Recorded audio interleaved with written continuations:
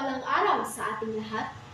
Ako nga pala si Binibining Jessa Nicolaste at sa araw na ito ay ibabahagi ko sa inyo ang isang talumpating patungkol sa isang nagpapanahong paksa na madalas pagtalunan natin ngayon. Ang diploma o diskarte.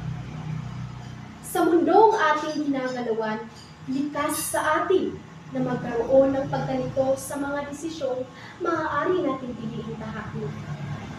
Bawat pasya ay pawang isang hakbang na nangangailangan ng matibay na paninindigan. Maraming bagay dito sa mundo ang ating ipinaglalaban. Isa na dito ang ating mga pangarap na minimithi nating abutin. Sa pag-abot nito, bawat isa sa atin ay mayroong kalayaan sa pagpili ng hakbang kung paano natin ito haharapin at pagsikapang maabot anumang mga pagsubok ang ibabato sa atin. Sa mundong puno ng kompetisyon at hamon, madalas nating itanong, ano nga ba ang tunay na susi ng tagumpay? Ano nga ba? Ang diploma o diskarte? Ito ang mga katagang kadalasang tanungin ngayon sa bawat isa sa atin. Dalawang magkakaibang konsepto, ngunit kapwa maaaring maghatid sa atin sa inaasam nating tagumpay. Ang diploma ay kumakatawan sa formal na edukasyon at paghahanda. Sa kabilang dako naman, ang diskarte ay ang kakayahang umangkop, dumiskarte, at humanap ng paraan sa gitna ng mga pagsubok sa buhay. Ngunit, alin nga ba ang mas matimbang? Ang pagkakaroon ba ng diploma o ang kakayahang dumiskarte? Nakatanong na sa ating mga isipan na dapat tayong mag-aral upang tayo ay umasenso sa buhay na ito ang susi para sa mas magandang kinabukasan. Ang iba naman ay naniniwalang ang diskarte ang mas kailangan upang tayo ay maging matagumpay. Kaya, alin nga ba ang dapat natin unahin? Kung ako ang tatanungin, hindi ko na kailangan na pumili alinman sa dalawa, sapagkat ang diploma at diskarte ay parehong mahalaga sa pag-abot ng tagumpay. Hindi sapat ang diploma lamang kung hindi mo naman ito kayang gamitin sa tunay na sitwasyon dahil kulang ka sa diskarte. Hindi rin sapat ang diskarte lamang dahil sa mataas na pamantayan ng lipunang ating kinabibilangan ngayon, kung saan ang edukasyon ay nagsisilbing pundasyon ng mas maraming oportunidad.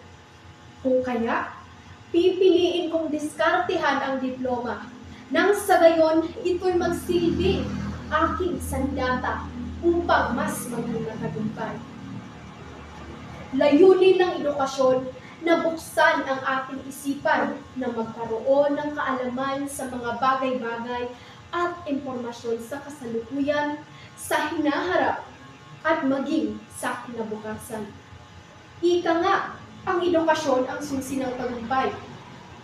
Ngunit sa katunayan, hindi ito sapat kung walang kasamang ibayong pagsusubikap at diskarte upang maisabuhay natin ang ating mga natutunan. Ang diploma ay hindi lamang isang papel na magagamit nating kasangkapan sa paghahanap ng trabaho. Ito ay isang sagisag ng ating pagpupursige na makapagtapos sa pag-aaral. Taglay nito ang bunga ng ating pagsisikap, pagod at sakripisyo, mga patunay ng ating determinasyong maabot ang ating mithiin. Kaya't hindi rin biro ang halagang bitbit nito sa ating paglalakbay tungo sa tagumpay, sapagkat ito'y nagsisilbing unang hakbang sa pag-abot ng ating mga pangarap. Subalit, hindi sapat na ito lamang ang ating sandata. Ang diploma ay nagsisilbing gabay, ngunit sa pagharap, ng tunay na hamon sa buhay, ay nangangailangan rin tayo ng diskarte.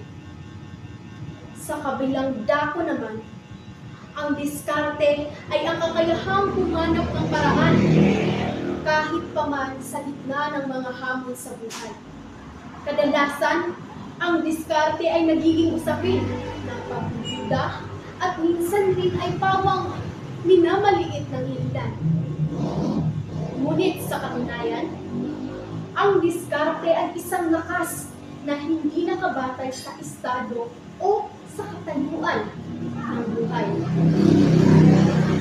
Ito ay kakayahang taglay ng bawat isa sa atin, mayaman man tayo o mahirap.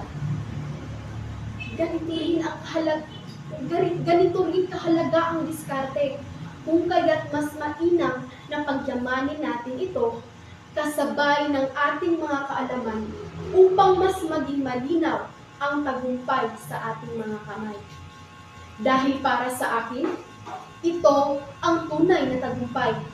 Ang kakayahang maunawaan na ang tunay na kahulugan ng pagsisikap sa pag-abot ng mga pangarap ay hindi lamang sa pamamagitan ng diploma o diskarte, kundi sa pinagsamang puwersa ng dalawa.